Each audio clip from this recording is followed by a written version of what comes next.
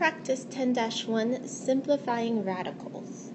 So as you might recall, roots are the opposite of applying exponents. You can undo a square by finding the square root of it. So this sign right here, this kind of check mark sign, is called a radical. So that undoes a square. So if you square 2, you get 4. If you find the square root of 4, you get 2. 2 is the number that is squared in order to get 4. So perfect squares are when whole numbers are squared. Those are the numbers. However, what happens if we want to find the square root of a number that is not a perfect square? What number squared would equal 8? It's not going to be a whole number. So because these are irrational numbers, it's more precise to keep these numbers in radical form, but in simplified radical form. So for example, the square root of 8 is the same as the square root of 4 times the square root of 2, because 4 times 2 is 8. So the square root of 4 is 2. However, there is no number that is the square root of 2, except for 1 point, whatever, on and on. It's an irrational number. So if we want to write down the square root of 8 in simplified form, we would write down 2 square root of 2. So what this is called is removing the variables, removing variable factors. Okay, so with this in mind, let's practice simplifying radical expressions. Okay, so number 3 is the square root of 147. So if you can't tell right off the top of the bat what the perfect square within this number is, what we can do is kind of find different factors that multiply to equal 147. For example, if we look at this number 14 and this number 7, they're both multiples of 7. So we know that 7 goes into 147, and the 147 divided by 7 is 21. Now we have this 21, and we can factor this further to 7 times 3. Okay, so what we're going to do is we're going to look for pairs, because if we have 7 times 7, that's a perfect square, 49. And if we take the square root of that, we get just one of these. So every time we have a pair, we can write our radical and put our pair outside of the radical, but only one of them because we're finding the square root of it. And then our lonely number stays on the inside. So this is our answer for number 3. Now we have the square root of 80, so we're going to factor this. We know that 4 goes into 80, so 4 times 20 is 80. We know that 4 times 5 is 20. So we can't simplify 5 any further, but we do have a pair of 4s, 4 times 4.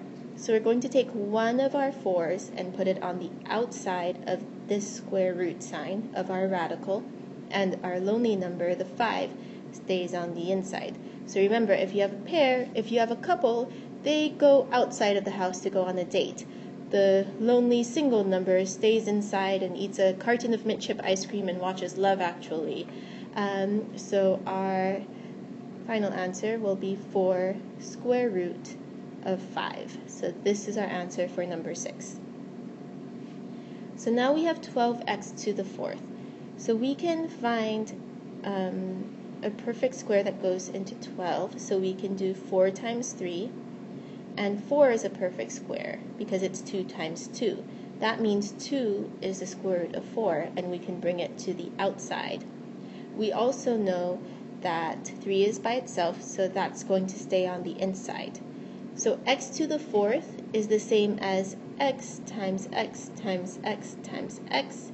So we have a pair of x's and another pair of x's. So we have 2 x's on the outside. Okay, so our final answer is 2 times x, which is 2x squared, square root of our lonely number, which is this 3 right here. So this is our final answer. Number 12, we have 120, so we are going to factor this. 12 times 10 equals 120. We also know that 6 times 2 equals 12, so we cross this off.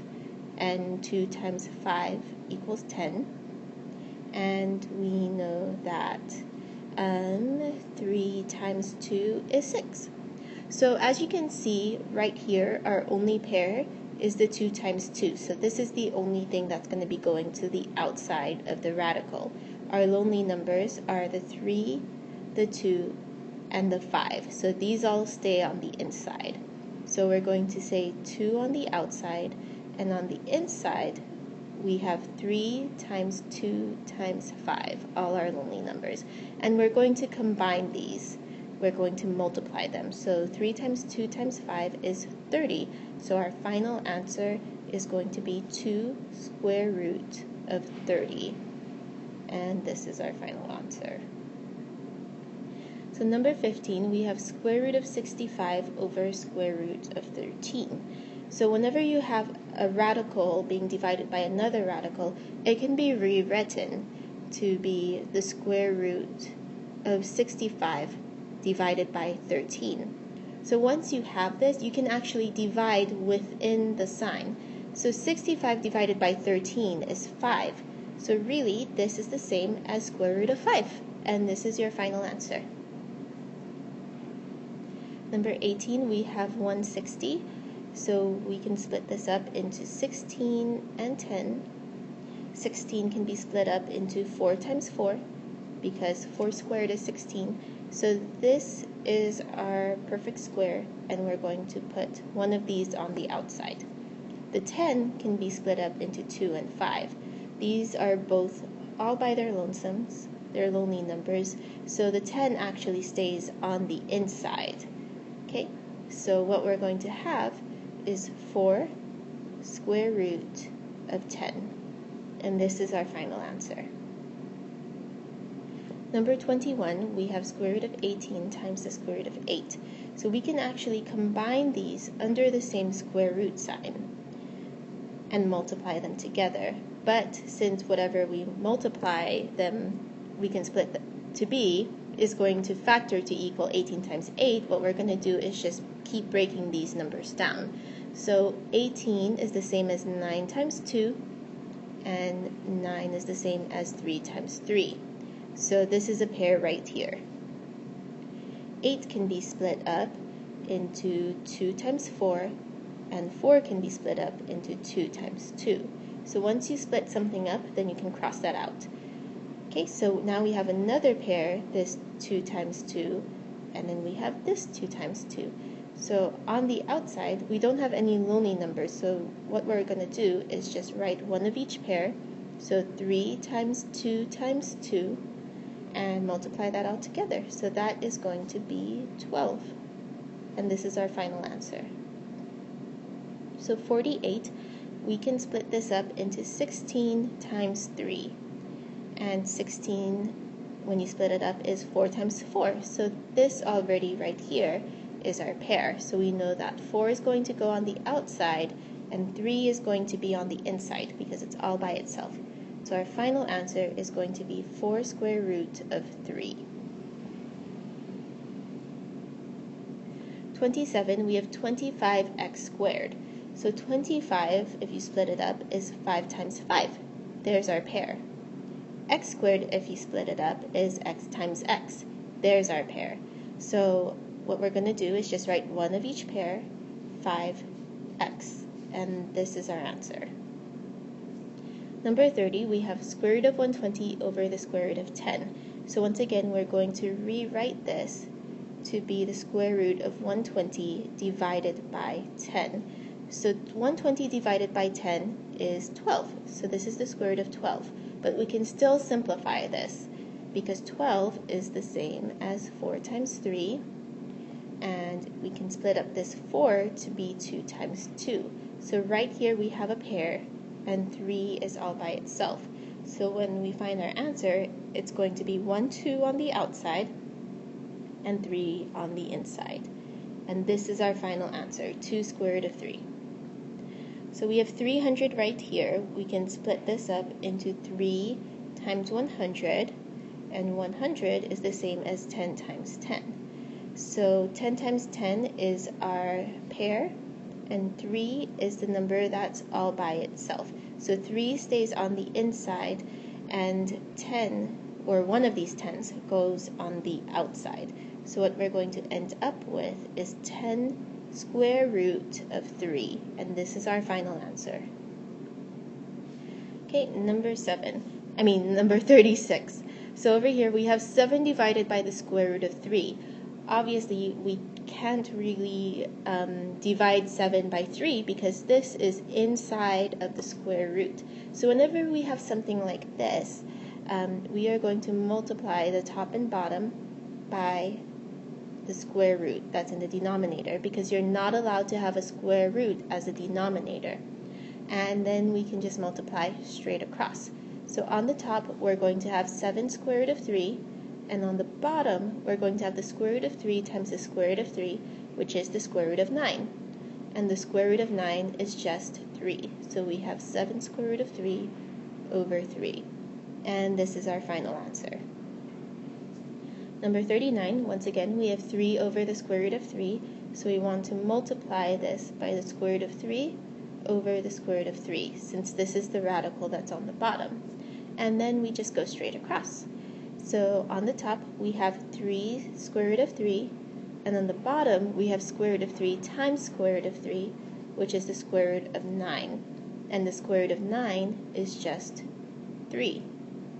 But we can simplify this further, because over here we have 3 divided by 3, and 3 divided by 3 is just 1. So our final answer is going to be the square root of 3. 42, we have 7 square root of 5. I don't think that's supposed to be the entire problem.